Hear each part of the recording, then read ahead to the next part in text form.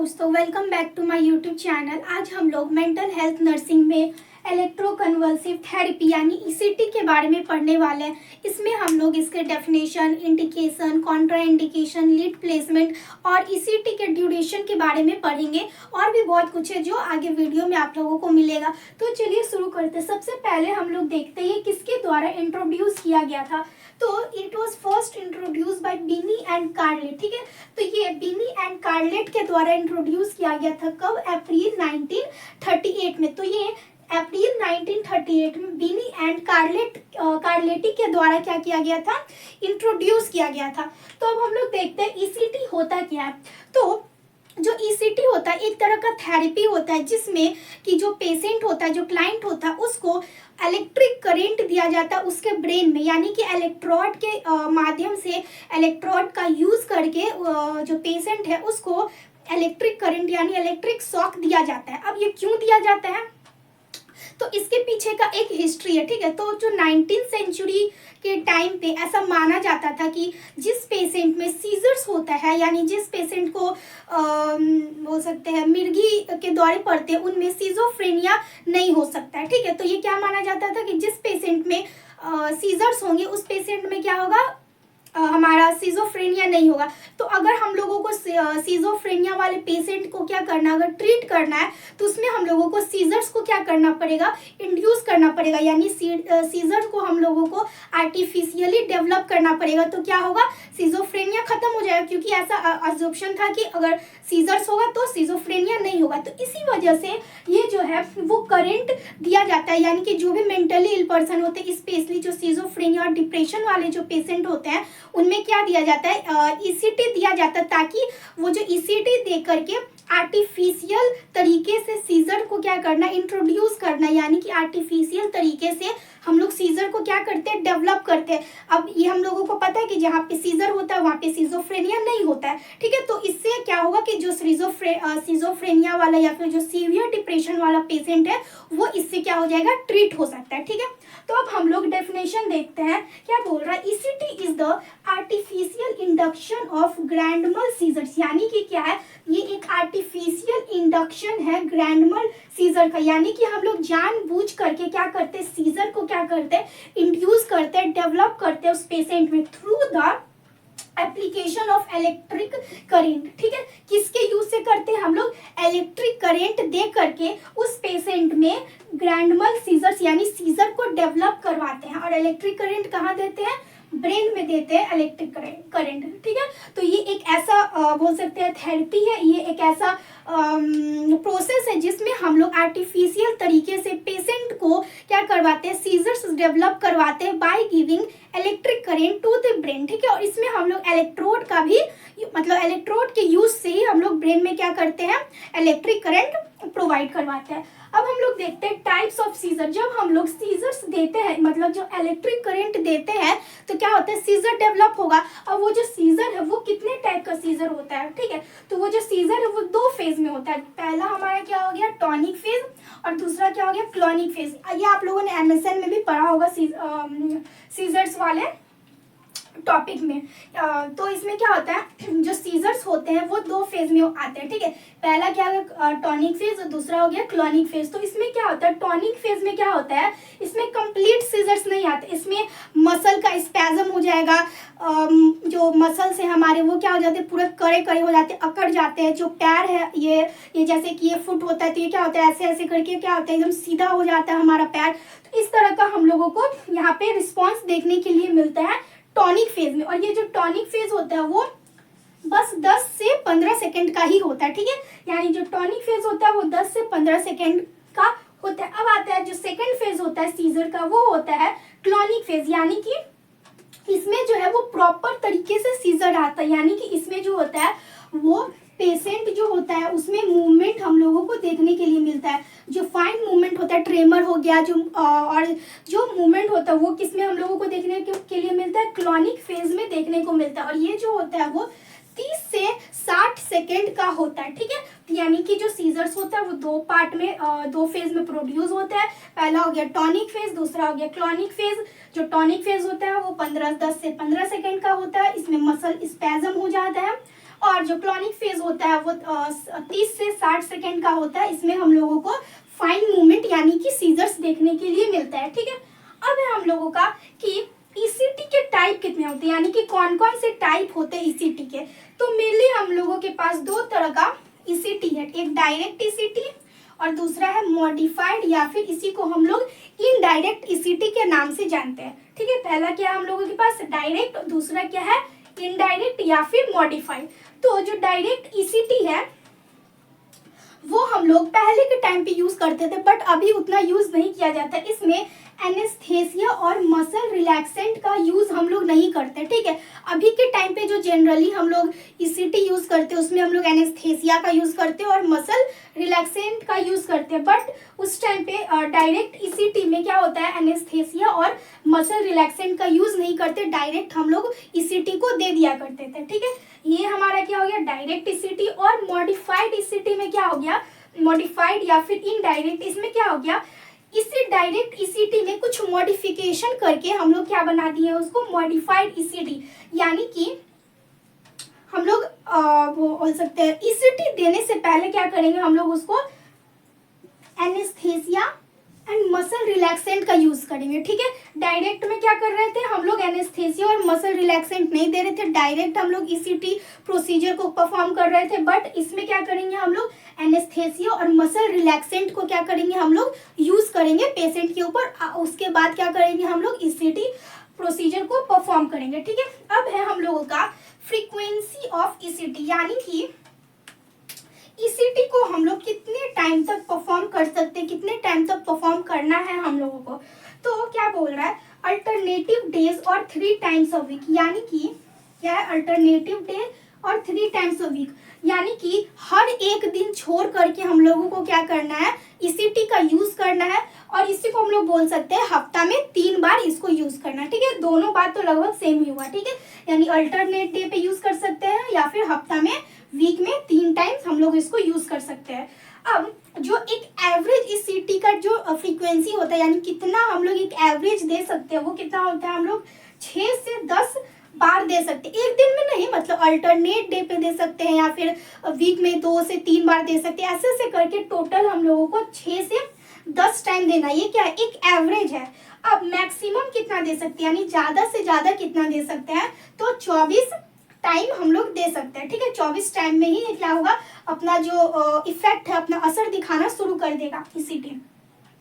फिर है अब जो है वो ये सब क्या है, ये तो नॉर्मल एक एवरेज दे इतना दे सकते हैं, मैक्सिमम इतना दे सकते हैं। लेकिन जो ईसीटी होता है वो डायग्नोसिस पे भी डिपेंड करता है, मतलब डिजीज पे भी डिपेंड करता है कि कौन सा पेशेंट में इलनेस पाया गया। अगर पेशेंट जो है वो मैनिया का पेशेंट है तो उसमें हम लोग 20 टाइम दे सकते हैं। ठीक है, और जो पेशेंट डिप्रेशन का है उसको हम लोग क्या कर सकते हैं 6 से 12 बार दे सकते हैं। ठीक है, यानी कि मेनिया वाले पेशेंट में हम लोग 20 बार दे सकते हैं और डिप्रेशन वाले पेशेंट में 12 बार दे सकते हैं। यानी बोलने का मतलब है कि फ्रीक्वेंसी जो है वो पेशेंट के इलनेस पे डिपेंड करेगा कि पेशेंट को किस तरह का इलनेस हुआ है। तो ये हमारा यहाँ पे क्लियर हो गया, डेफिनेशन था। ठीक है, टाइप 2 टाइप का होता है, क्लॉनिक एंड टॉनिक। टाइप्स में हम लोग डायरेक्ट और मॉडिफाइड पढ़े हैं। ठीक है, और फ्रीक्वेंसी की कितना हम लोग दे सकते हैं, एक एवरेज जो हम लोग 6 से 10 बार दे सकते हैं और मैक्सिमम हम लोग 24 बार दे सकते हैं। और इसी को हम लोग अल्टरनेट डे में भी दे सकते हैं या फिर वीक में 3 बार दे सकते हैं। तो ये क्या था हम लोगों का फ्रीक्वेंसीज ऑफ ईसीटी। अब हम लोग देखते हैं इलेक्ट्रोड प्लेसमेंट, यानी कि जब हम लोग ईसीटी प्रोवाइड करते हैं, ईसीटी देते हैं, तो उस टाइम पे हम लोग इलेक्ट्रोड को कैसे प्लेस करते हैं पेशेंट के ऊपर। ठीक है, तो इसमें हम लोग मेनली 2 तरह का इलेक्ट्रोड का यूज करते हैं। फर्स्ट है हमारा बायलेटरल इलेक्ट्रोड। ठीक है, और सेकेंड है हमारा यूनिलेटरल इलेक्ट्रोड। ठीक है, यानी कि हम लोग 2 तरीके से इलेक्ट्रोड को क्या करते हैं प्लेस करते हैं पेशेंट के ऊपर। अब बायलेटरल इसका नाम क्यों दिया गया है, क्योंकि ये जो है एक तो सबसे पहले समझने वाला बात है कि बायलेटरल में भी क्या होता है 2 इलेक्ट्रोड होता है। ठीक है, 2 ही इलेक्ट्रोड होगा। और यहाँ पे यूनिलेटरल है, इसका मतलब ये नहीं कि एक इलेक्ट्रोड होगा, इसमें भी क्या होगा टोटल 2 ही इलेक्ट्रोड पाया जाएगा। ठीक है, यानी दोनों में क्या है, दोनों में 2-2 इलेक्ट्रोड है। अब इसका नाम बायलेटरल, इसका नाम यूनिलेटरल क्यों है, तो इसका नाम बायलैटरल इसलिए क्योंकि जो दोनों इलेक्ट्रोड है वो टेम्पोरल लोब पे ही जाएंगे, ठीक है। यानी कि जो दोनों इलेक्ट्रोड है वो दोनों टेम्पोरल लोब के ऊपर ही प्लेस होंगे। पता होगा टेम्पोरल लोब क्या होता है, ये क्या हो गया हमारा फ्रंटल लोब हो गया, ठीक है। ये क्या होता है हमारा टेम्पोरल लोब होता है, पीछे क्या हो गया हमारा ऑक्सीपिटल लोब हो गया। तो जो दोनों इलेक्ट्रोड होता है उसको हम लोग टेम्पोरल पे ही प्लेस करते हैं, एक इस साइड प्लेस करते हैं और एक इस साइड प्लेस करते हैं। वहीं अगर हम लोग यूनिलेटरल में देखें तो इसमें से सिर्फ एक ही इलेक्ट्रोड है, वो कहाँ होता है टेम्पोरल पे हम लोग प्लेस करते हैं, और एक इलेक्ट्रोड को कहीं और प्लेस करते हैं, वो हम लोग आगे देखेंगे कि कहाँ प्लेस करते हैं, ठीक है। इसी वजह से इसको बायलैटरल बोला जाता है, क्योंकि बाय मतलब दोनों, यानी दोनों इलेक्ट्रोड जो है वो टेम्पोरल लोब पे फिक्स होता है, और इसमें सिर्फ एक ही इलेक्ट्रोड क्या होता है, यानी यूनी मतलब एक, यानी एक ही इलेक्ट्रोड जो है वो हमारे टेम्पोरल पे फिक्स होगा। अब हम लोग देखते हैं कि बायलैटरल को हम लोग कैसे फिक्स कर सकते हैं। हम लोग जैसे कि मैंने बताया कि दोनों जो इलेक्ट्रोड होते हैं वो कहाँ होता है टेम्पोरल मेम्ब्रेन पे जाकर के हम लोग उसको फिक्स करते हैं। तो उसका मेथड क्या होता है, प्रोसीजर क्या होता है, कैसे हम लोग उसको फिक्स करते हैं। तो जैसे कि आप लोगों को यहाँ पे दिख रहा हुआ एक डायग्राम, ये क्या है हमारा ईयर है, ठीक है, और ये क्या है एक हमारा आई है, बस समझने के लिए डायग्राम है, ठीक है। ये हमारा नोज है, ये क्या हो गया हमारा ईयर, ये हो गया हमारा आई, ये हो गया हमारा नोज। यानी कि जो ये हमारा आई होता है, यानी ये वाला जो हमारा पोर्शन होता है उसको हम लोग क्या बोलते हैं, आउटर कैंथस बोलते हैं ना, इसको क्या बोलते हैं हम लोग, आउटर कैंथस बोलते हैं। और ये वाला जो हमारा पोर्शन होता है, ये वाला ईयर का स्टार्टिंग पॉइंट जो होता है, मतलब ये वाला जो पोर्शन होता है उसको हम लोग टर्गस ऑफ ईयर के नाम से जानते हैं, ठीक है। तो इसको हम लोग क्या करते हैं कि ये जो आउटर कैंथस होता है आई का, वहां से लेकर के टर्गस of the tragus of the year तक क्या करते हैं हम लोग मेजर करते हैं उसको, ठीक है। और मेजर करने के बाद जो उसका मिडल पॉइंट होता है, उस मिडल पॉइंट से 1 से 1.5 इंच कहाँ चले जाते हैं, ऊपर चले जाते हैं। 1 से 1.5 इंच ऊपर चले जाने के बाद वहीं पे वो जो पॉइंट आता है वहीं पे क्या करते हैं हम लोग इलेक्ट्रोड को प्लेस कर देते हैं, ठीक है। एक बार फिर से, ये क्या हो गया हमारा आई है, ये हो गया हमारा आउटर कैंथस, और ये क्या हो गया हमारा ट्रैगस ऑफ द ईयर। यानी इधर से लेकर के इधर तक हम लोग क्या करेंगे, इसको मेजर करेंगे, और इसके मिडल वाला जो लाइन आएगा हम लोग एक इमेजिनरी लाइन हम लोग क्या करेंगे, ड्रॉ करेंगे। सच में नहीं करना, एक इमेजिनरी लाइन क्या करना, ड्रॉ करना, यहाँ से लेकर के यहाँ तक, और इसका जो मिडल पॉइंट है उस मिडल पॉइंट से 1 से 1.5 इंच क्या करना हम लोगों को, उसको ऊपर लेकर के जाना, और वहीं पे क्या करना है, इलेक्ट्रोड को प्लेस करना है। सेम यही प्रोसीजर यहाँ पे भी फॉलो करना है हम लोगों को, ठीक है। तो दोनों टेम्पोरल लोब पे, एक टेम्पोरल लेफ्ट पे, एक टेम्पोरल लोब राइट वाले पे हम लोग दोनों इलेक्ट्रोड को लगा देंगे। तो ये क्या था हमारा बायलैटरल इलेक्ट्रोड था। अब आता है हमारा यूनिलैटरल इलेक्ट्रोड। जैसे कि मैंने बताया इसमें भी क्या होता है, 2 ही इलेक्ट्रोड पाया जाता है, लेकिन इसमें से सिर्फ और सिर्फ एक ही इलेक्ट्रोड जो होता है वो क्या होता है, हम लोग टेम्पोरल लोब पे लगाते हैं। तो ये क्या होता है, सेम हम लोग जैसे हम लोगों ने बायलैटरल में किया था, यहाँ से यहाँ तक मेजर करके मिडल लाइन से लेकर के 1 से 1.5 इंच ऊपर ले जाना है, और वहाँ पे उसको क्या करना, प्लेस करना। सेम वही वाला मेथड जो हम लोग यूनिलैटरल में ही करते हैं, ठीक है, यूनिलैटरल में करते हैं। लेकिन हम ये एक कंफ्यूजन वाला बात है कि इलेक्ट्रोड तो हम लोगों के पास एक ही साइड में हम लोगों को लगाना है, तो लेफ्ट में लगाएंगे या फिर राइट में लगाएंगे, ये सोचने वाला है। तो इसमें हम लोग क्या करते हैं, नॉन डोमिनेंट साइड पे क्या करते हैं, नॉन डोमिनेंट साइड पे क्या करते हैं हम लोग उस इलेक्ट्रोड को लगाते हैं। यानी कि अगर कोई व्यक्ति राइट हैंडेड है तो उस पे क्या लगेगा, राइट हैंडेड साइड में लगेगा, ठीक है। अगर कोई व्यक्ति लेफ्ट हैंडेड है तो उसमें लेफ्ट हैंडेड पे लगेगा। अब सोच रहे होंगे कि अगर वो लेफ्ट हैंडेड है तो उसका तो डोमिनेंट साइड हो जाएगा लेफ्ट, अगर राइट हैंडेड है तो उसका डोमिनेंट साइड राइट हो जाएगा। तो ऐसा आप लोगों ने पढ़ा होगा एनाटॉमी फिजियोलॉजी में कि जो हमारा लेफ्ट साइड का ब्रेन होता है वो हमारे राइट साइड के बॉडी पार्ट को क्या करता है, कंट्रोल करता है, और जो राइट साइड का ब्रेन है वो हमारे लेफ्ट साइड के बॉडी पार्ट को कंट्रोल करता है। तो जो अगर कोई राइट साइडेड पर्सन है तो उसका जो बॉडी पार्ट है वो किसके द्वारा कंट्रोल होगा, लेफ्ट साइड के द्वारा कंट्रोल होगा। तो जो डोमिनेंट पार्ट हो जाएगा वो कौन हो जाएगा, हमारा राइट ब्रेन हो जाएगा, ना कि लेफ्ट। तो हम लोगों को किस पे ये इलेक्ट्रोड का प्लेसमेंट करना है, नॉन डोमिनेंट पे करना है। तो जो राइट हैंडेड पर्सन हो जाएगा उसके लिए नॉन डोमिनेंट जो पार्ट होगा ब्रेन का वो क्या होगा, लेफ्ट ही होगा। क्यों, क्योंकि वो जो उसका जो राइट साइड है, यानी राइट साइड का जो बॉडी पार्ट है वो लेफ्ट लेफ्ट के द्वारा क्या कर रहा है, वो फंक्शन कर रहा है, वर्क कर रहा है। तो यानी कि जो लेफ्ट ब्रेन हो जाएगा वो क्या हो जाएगा, उसका डोमिनेंट हो जाएगा, और जो राइट है वो नॉन डोमिनेंट हो जाएगा। यानी कि सिंपल सा इतना याद रखना है कि लेफ्ट हैंडेड पीपल में लेफ्ट साइड ही लगाना है और राइट हैंडेड पीपल में राइट साइड ही लगाना है। ठीक है, तो ये क्या हो गया, एक तो हमारा इलेक्ट्रोड ये क्या बोलते हैं प्लेस हो गया। ठीक है, अब हम लोगों के पास क्या बचा, एक हम लोगों ने लगा दिया यहाँ पे। ठीक है, लेफ्ट में लेफ्ट लगाया, लेफ्ट साइड लगाया, और राइट हैंडेड में राइट साइड लगाया, टेम्पोरल पे लगा दिया। अब एक और इलेक्ट्रोड बचता है, वो हम लोगों को कहाँ लगाना होता है वो देखिए। ठीक है, तो वो कहाँ होता है, हम लोग सेंट्रीपिटल एरिया में लगाते हैं। अब सेंट्रीपिटल एरिया क्या होता है, तो जैसा कि पता होगा आप लोगों को, ये क्या हमारा फ्रंटल लोब है, ये हमारा टेम्पोरल लोब है, पीछे हमारा ऑक्सीपिटल लोब होता है, और ये वाला जो एरिया होता है वो हमारा होता है पेराइटल लोब होता है। ठीक है, तो ये क्या है, फॉर एग्जांपल इस तरह से बनाते हैं हम लोग। तो ये हो गया हमारा फ्रंटल, ये हो गया ऑक्सीपिटल, फ्रंटल ऑक्सीपिटल, ये हो गया टेम्पोरल, और ये वाला जो बीच वाला एरिया होता है वो क्या हो गया, हमारा पेराइटल एरिया हो गया। सॉरी दिख नहीं रहा है, यहाँ बनाती हूँ मैं।